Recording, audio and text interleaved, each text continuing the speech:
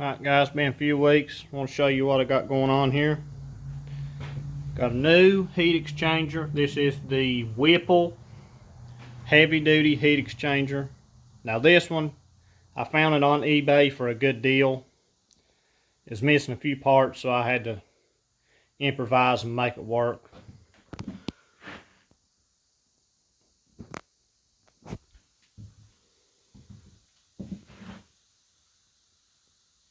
Had to get a barb fitting, put an elbow on it. This is the old heat exchanger. I'll put some pictures in here of the dimensions and stuff. I also relocated the horns. It's pretty tight in here. And I put the power steering cooler up here.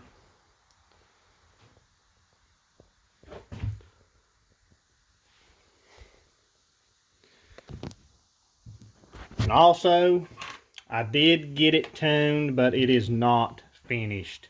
The tune is off. It's getting spark knock at wide open throttle, and it still needs a lot more transmission tuning.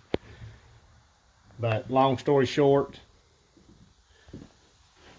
I had the 2.75 on there, pulley.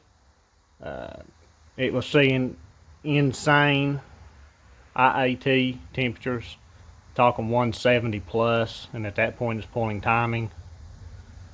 So we got one good pull before it got hot with the 275. Then we put the 2.8 on it, made the same power, but about 40 degrees cooler temperatures. So I have found the limit on this supercharger and my combination. Now it may vary depending on your combination, power, whatever, with this 2300 Edelbrock supercharger, but I have found the limit on it with my combo. But that being said, it was 90 degrees in the dyno room, dyno cell. IETs was 150 to, like I said, 170 high. It's getting high. I was putting ice on it and everything else, but we're still got tuning issues. But just for shits and giggles, it made 640 and 628 to the wheel, SAE on a dyno jet. It picked up roughly 70 pound of torque and about 30-ish horsepower from where it was before on the lowest graph, because that's what he pulled up. He didn't pull up my highest graph, he pulled up my lowest graph and compared it to it, which was 609 and 550 something, I think it was. Then the with the 2.8 pulley and the 2.75, it made 640, 628. So about 70 torque, about around 30 something horsepower. But like I said, it's not finished. Long story short, we got it off the dyno. After I got it off the dyno, switched my tires out, went and drove it. And usually he goes with me. He didn't go with me this time. Long story short, and I just had some issues and stuff, and tried to bring it back, and he was gone. He said he had to go, but I ain't getting into all that right now. I have talked to him. What little bit he has talked to me, he said he's going to meet me at a track event coming up that I plan to go to, and going to fix the tuning issues there. So, but if things don't go right and I have to switch tuners again or whatever, I'll let you guys know, and I'll fill you in on the details and why. But I'll let you know on that. Now that is still on 93 octane. I forgot to put in there. The car would probably pick up another 50, give or take, to the wheel with race gas. But really, after that, to get more power out of my combination, I would be nickel and diming it. I mean, you could change something here, get a couple, change something over here, get a couple more. Just not much left to gain unless you throw nitrous on it or pull the engine back out, and I'm talking to big major expensive stuff. stroke it out, put a different set of heads on it, and so on and so on. I mean, it's just, but it's about at its max. I expect after I get the tuning fixed, and with the new heat exchanger with the cooler intake temps, at least on paper, number wise, should be 660, 670 with the 2.8 pulley on 93. Race gas would put it in 700s to the wheel. Should. I thought it was going to hit 700 on 93, but the blower was just out of volume. It seemed like that or the heads are restricted, which I got my intake ports ported to 6.1 ports, actually just a hair bigger. So we'll see. We'll see what it does once they get the tune fixed and then put it back on the dyno. And the real test is take it to the track, but I'll let you guys know and see where I go from here. I have been debating of getting it all lined out and see what it's going to do, and maybe actually selling the car, because I have pushed this to the limit and I'm really wanting a newer Challenger. I always have. I just got a little carried away with this one and done what I done to it.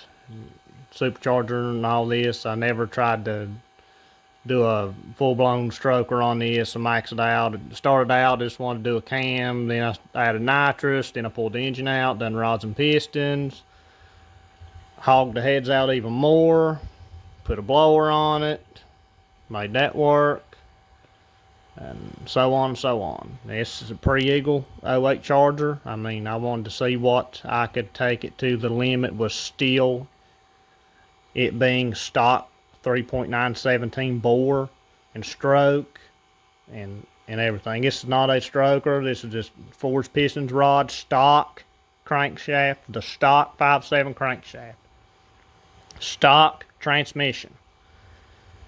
Has a converter, gears, axles, get track rear end set up, wheel bearings, see, rods and pistons from Modern Muscle for their 03 to 08 Hemi drop ins. It's around 10.4 compression ratio right now. Put thicker head gaskets on it, ARP head bolts, ARP main studs. Got a custom grind cam from them. Custom length push rods. Put a 09 to 10 VVT 5.7 Edelbrock supercharger on it. Had to do a few things to make that work. You can go back and watch some of my videos on how I did that. 3200 style converter, I think I said that. Engine trans tune. But the best cars ran before I swapped the pulley, when I had the 3.25 on it. That was about a 10 psi pulley, and it was making like 8.5, seeing like 8.5 pound on the gauge, because it'll lose a pound to 2 pound with the cam and headers and all that and so on. Anybody that modifies cars knows something about cars, knows that. But that doesn't necessarily you're going to lose power. The more power you can make on lower boost, the better. Say if you got a car with 15 pound of boost, and just say randomly you're making, for example, 800 wheel, then you get a car that has a camshaft and better mods on, say, 12 pound of boost, and he makes the same power. That's what you want to shoot for. You want to shoot for the guy that had just 12 pound of boost, making the same power as the guy versus 15 pound of boost. Just all your intake temperatures are cooler and so forth. Everything just works better, runs cooler, still just as fast, and can do it over and over. But I've been contemplating on selling the car. I don't know 100% yet if I will or not. I'm just going to see here. I'm going to get it lined out first, run it, see what I can get out of it, see what it'll do. But the ideal plan would be a Hellcat, but I was thinking maybe get a Scat Pack and build it how I want it. I would really like to get a mid 9 car get a car into the mid-9s, maybe, depending on the platform, Hellcat or Scat Pack, maybe high 8s at the end. But you guys, this vacuum refiller kit. You hook your air hose up to it, turn it on.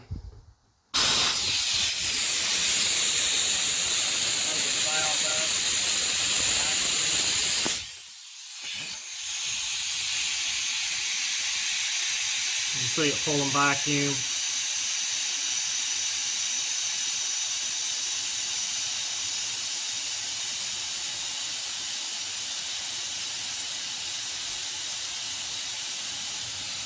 Just let it go to the needle stop. Ideally, you want about 20, 25.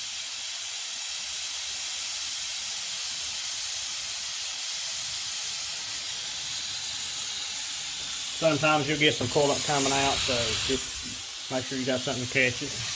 You want to drain the system first. Best to.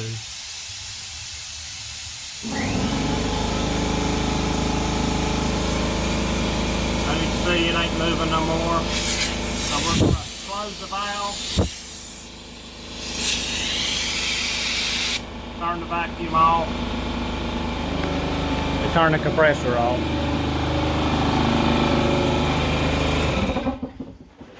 So then, best thing to do is get you a bucket and put your antifreeze in it. And take the hose. Comes with the kit, put it in the bucket. Then, I would like to do this. Open the vacuum line, crack the fill hose just a little bit to bring it up. Bring the coolant up. Okay, now stop it.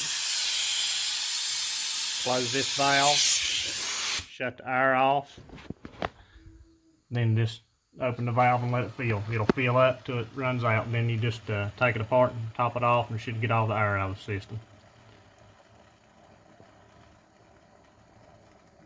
It's a really good deal for especially the Hemis where they got the bleeder plug in. You can see how hard mine is to get to with that supercharger bracket. So we're using it on the supercharger side right now, so we're going to see how it does. As you can see, the needle's going down. When it reaches 0 and stops pulling the vacuum on the coolant, should be fine. As you can see, unhooked everything. It's get a light. Fill the coolant up. What you do, just turn your pump on, let it run. If you need to top it off, top it off.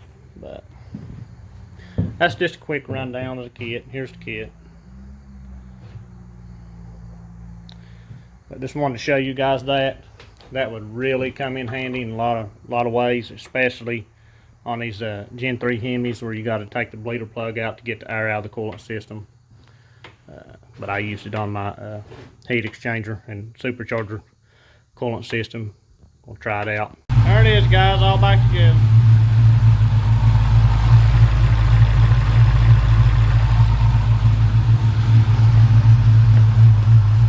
Like, share, and subscribe. Thanks.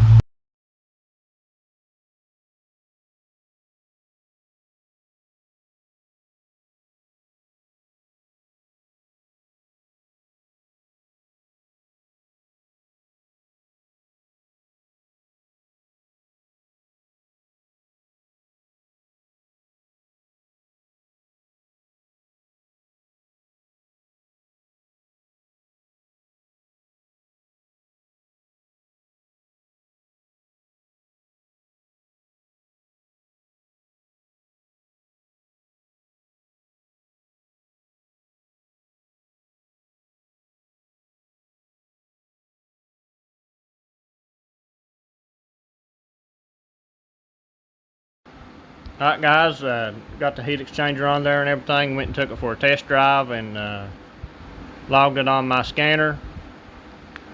And the IATs are staying a lot cooler. Now it's not 90 degrees today, it's about 80, 85.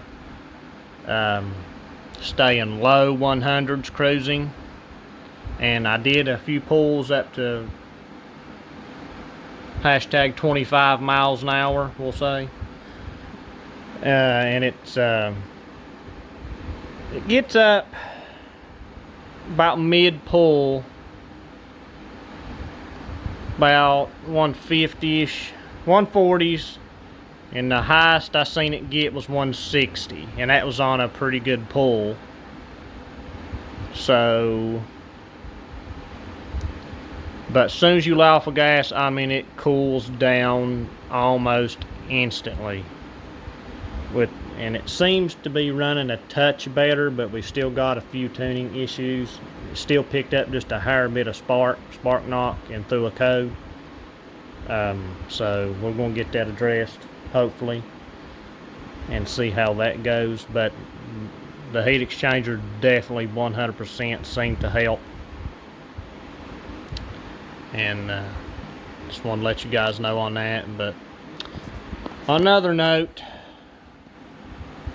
with my combination, this supercharger and everything that I've got done to this car and the way I've done it, it's honestly pretty much maxed.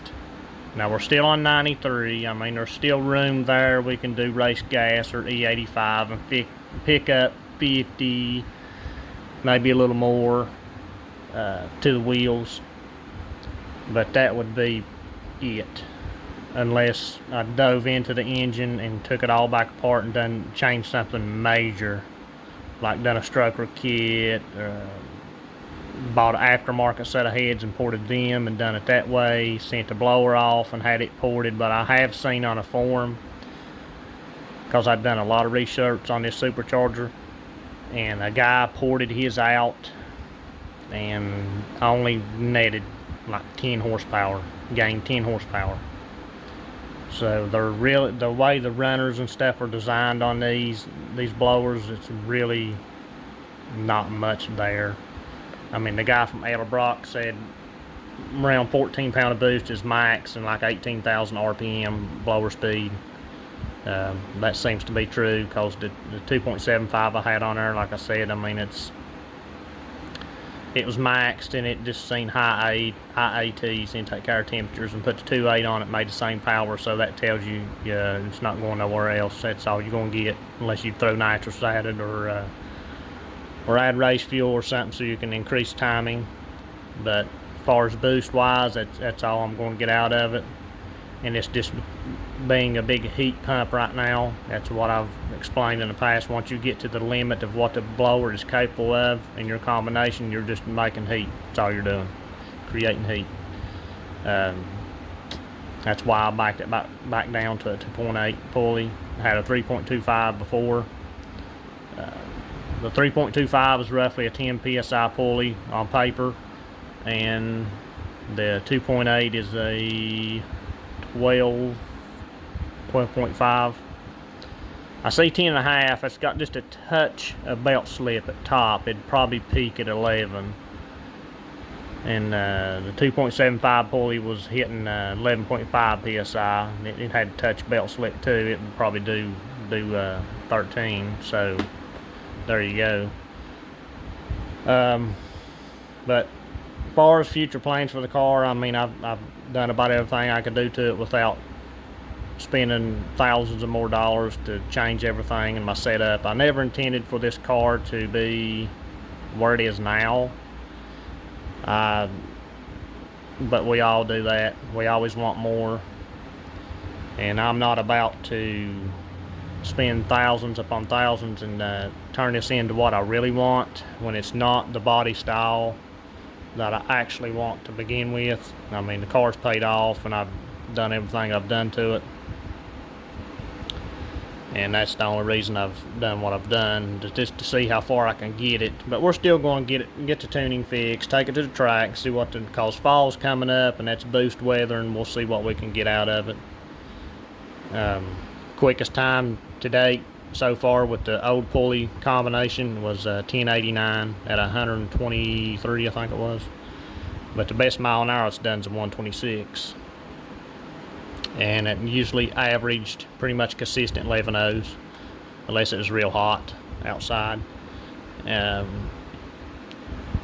I'm expecting to probably get in the mid 10s, maybe in the low 10s. but should hit mid tens. But I will put it back on the dyno for shits and giggles, just to get a new baseline, cause everything just wasn't right when I was when we was tuning on it. But the car's pretty much maxed. I don't know what I'm going to do for here. I might just keep the car and leave it like it is. I really always wanted the Challenger, so I may try to get a Challenger and sell this one. I don't know yet. I'm going to know for sure here in a couple months after I see how things play out. May sell this car, get a Challenger. Don't know if I'll get a Hellcat or a Scat Pack or what, but just depends on the deals that I can find. But I'd rather have the Challenger platform to build the way I want it and really push it and keep it a street car. I don't want a full-blown drag car. I want to keep it a street car. But a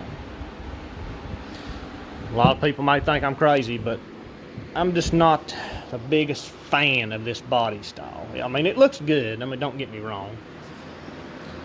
But I just always wanted the two-door Challenger. I'd rather have it and do it how I want it. Something a little bit newer, something with better starting base. I mean, I've got roughly $20,000 in this car with everything that I've done to it, every nut and bolt, everything you've seen. I mean, it's not cheap, and it's took me a few years to get it there. But like I said, I just wanted to prove a point. It's still a pre-eagle engine. It's not stroked. It's not bored. It's factory pre-eagle heads, which I have hogged out to 6.1 intake ports. I done the exhaust side a little bit. I didn't go crazy on the exhaust side. Rods and pistons drop in from Modern Muscles to 03 and 08 kits that they sell. It's 10.4 compression right now. ARP head bolts, ARP main studs, factory crankshaft, factory 5.7 crankshaft, factory transmission, factory drive shaft. Got a stall converter in it. I just done the Southern hot rod valve body. Done the Get Track rear end 306 with the axles, SRT axles, and the hubs and everything. Drag springs, BMR rear suspension, pretty much about everything I can throw at it almost on budget wise. Yeah, headers, I mean 180 thermostat. I'm forgetting a lot of stuff, but all the catch cans. Added the transmission cooler. I mean, you got the 2.3 liter blower on it. I've got about everything I could do to this car without, like I said, taking it back apart, stroking it out, doing aftermarket heads, just whatever. But honestly, after the race gas, you change this, you change that. I mean, you be nickel and diming, what I call. I mean, you could change maybe the throttle body, get a couple horsepower there, take and port the blower, get a couple here. I mean, there's not much left. I mean, you can just spend so much money at the point that I'm at to say $500 for a throttle body, pick up a few horsepower, 10 to most maybe, on this combination. I'm just estimating here. Then a couple thousand for a set of heads. I mean, it's just not worth spending 10 more thousand. I mean, to really put this car where I really would like it, it'd take me about $15,000 more than what I got in it. Another 15 grand. Cause to put it where I wanted, they'd have to have the motor out of it, stroker kit. It'd have to have a big 3.8 liter Whipple on it or something, or 3.0. Drive shafts, axles, transmission, full fuel system. Do a full system, probably 1,300 pound injectors or 1,300 cc injectors.